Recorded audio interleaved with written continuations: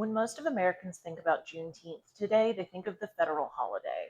Most of my life, it wasn't a federal holiday. It was a Texas state holiday. And when I was growing up, I didn't really understand why that was. Welcome to Wesley Makes Things. Part of what makes Juneteenth interesting is that it wasn't enacted by Congress or a city council or anything like that. It was a holiday that was started by the people that had formerly been enslaved.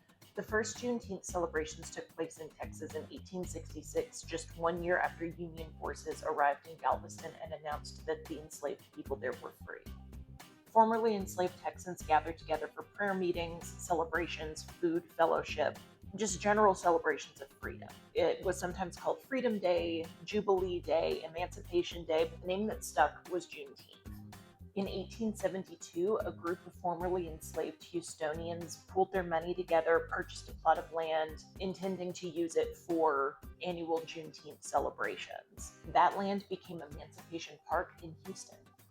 So think about that for a minute. Less than a decade after they had been granted freedom, formerly enslaved people were already coming together and creating a public space specifically used to celebrate that freedom. For decades, Juneteenth remained a primarily Texas celebration.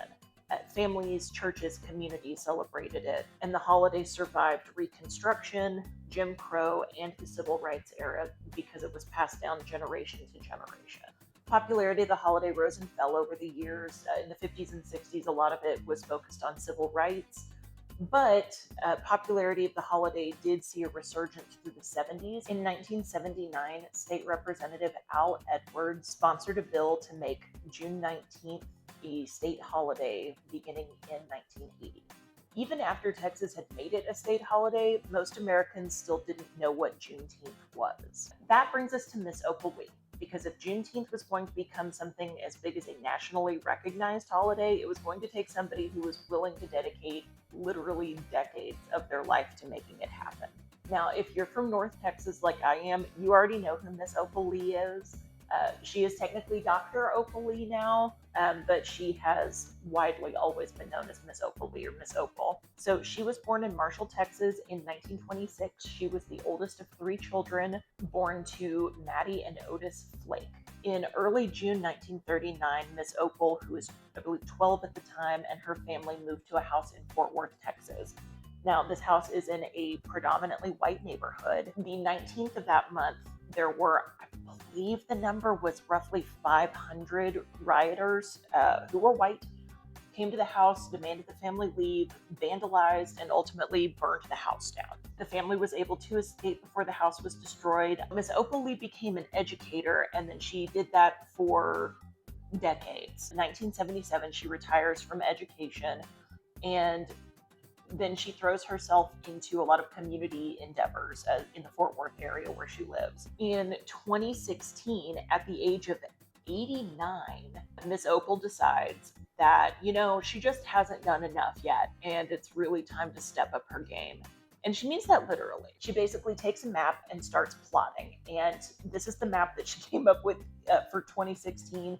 It's pretty crazy, not a straight shot, but it does represent a path from Fort Worth to Washington, D.C. The plan is to do a walk to freedom. Basically, Miss Opal said, I'm going to walk from Fort Worth to D.C. to try and get attention to make Juneteenth a national holiday. Now, she did not set out to actually walk 1,400 miles.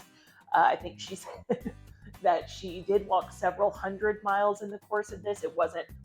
She didn't get up in Fort Worth one day and just start walking Forrest Gump style to Washington, D.C. So the reason that the map looks as crazy as it does is because she plotted it to hit as many major cities as she could and basically traveled to each of those cities, and in each city walked 2.5 miles. In Fort Worth, I think it happens in other places around the country too, but I know in Fort Worth specifically, she still does this walk every single year. I was watching the news this morning. As of the time I'm recording this, it's June 18th. I plan to put this video out for tomorrow. Watching the news this morning, they were showing Miss Opal and the walk and the preparations that were getting underway for that. So it's a huge thing. That's why I say if you're from the North Texas area, at least June of every year, you've seen Miss Opal on TV. She's a living legend around here. Finally, in 2021, she saw Juneteenth made into a national holiday. So Why did she choose 2.5 miles? Why that specific distance?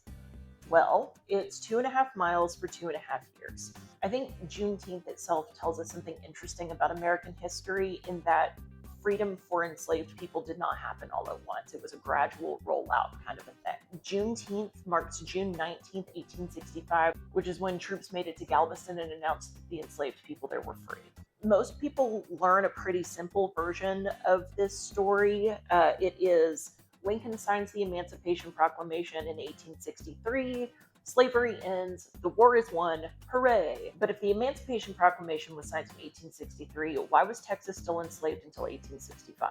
The proclamation wasn't like a light switch. It didn't just get signed and then boom, slavery over. It wasn't a law. It didn't change the Constitution. What it was a wartime presidential proclamation. It's basically Lincoln's way of saying, hey, as a reminder, I have the power to do this, and now I'm going to do it. Which critics will say he has a history of doing in other areas as well, but we'll save that for a different video. The Confederacy was using enslaved labor to support their military efforts. So basically, Lincoln declared that in rebel-held territory, enslaved people were going to be treated as free. That means that the Emancipation Proclamation really only applied in areas that were held by the Confederacy and were in open rebellion, and where the Union Army could realistically get to and enforce it. This part, I think, surprises a lot of people. The Emancipation Proclamation was not targeted towards all slaves. It specifically excluded places like Kentucky, Missouri, Maryland, and Delaware.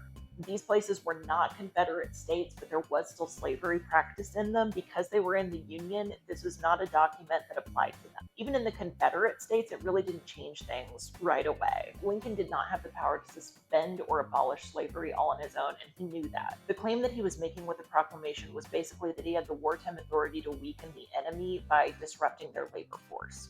So the power of the proclamation itself depended on where Union troops were. Advancing armies meant advancing freedom. Texas was just pretty far from the general war front. There were battles fought in Texas, but most of the major battles were fought pretty far away. Because of that, realistically, it just took time to get troops there. While troops weren't there, slavery continued. So what does this tell us? For one thing, it tells us how power works in government. The president can make proclamations all day long. That alone isn't going to change reality. Change depends on authority and enforcement. And that's why the story doesn't end with Lincoln or with Juneteenth. Even after the war, there was still the huge legal question of what actually ends slavery? What stops slavery from returning, regardless of war, regardless of who the president is? How do we end it as an institution once and for all, countrywide? And that took the 13th Amendment. So the Constitution itself had to be changed. So when people say Lincoln freed the slaves, they're not technically wrong, but there's a lot more to the story than that. Emancipation wasn't a single moment. It was a process. It's a reminder that freedom doesn't happen when it's announced. It happens when it's enforced. So let's talk real quick, just unrelated, about some of the battles in Texas from the Civil War. There were only a handful, but there are two that stand out to me as being interesting. So the first is probably the most famous, is the Battle of Galveston. In this one, basically, Union forces had previously occupied Galveston, and then on January 1st, 1863, Confederate forces took the city back. What else happened on January 1st, 1863? That's the date that the Emancipation Proclamation went into effect. Also, I think the most interesting battle of the Civil War happened in Texas. So there was a battle in May of 1865 called the Battle of Palmetto Ranch. It happened down in Brownsville. Here's a map. For those just that aren't aware, Brownsville is super far south. It's a border town. And during the Civil War, there was still a lot of trade going on between the Confederacy and Mexico. It happened through this general area across the Rio Grande. There was a stronger force there than most by this point in the war. So it's May of 1865. General Lee has already surrendered. The Confederacy is in shambles. Juneteenth is just weeks away from happening. And what's crazy about the Battle of Palmetto Ranch is the Confederacy won. It's actually the last major land battle in the war, and it was won by the Confederacy after pretty much everybody agrees the war was kind of already over. And I've heard people say that, oh, well, the news hadn't reached them that the other parts of the army had surrendered already. That's not really true. Some people didn't know, I'm sure, but there were absolutely people who were in the Battle of Palmito Ranch that fully knew that Lee had already surrendered and Johnson had already surrendered. And the issue was they either didn't believe that it was true or they just didn't care. I just thought that was crazy. Thank you so much for watching. Please like, share, comment, subscribe, do all the things. And as always, Jesus and I love you, Joe. Jesus and I love you too, Lise. Jesus and I love you. Now, celebrations take different turns. The festival is off the chain. And it gets better every year with the parade and the 5K and the breakfast of prayer. We start with the breakfast of prayer just to thank God that we aren't in that position anymore, and to thank Him that even if the climate is not right now, that it doesn't happen to us again. However, people have shackles on their minds. If they have to have Nike shoes and big cars and big houses and not see after the education of their children, that's slavery.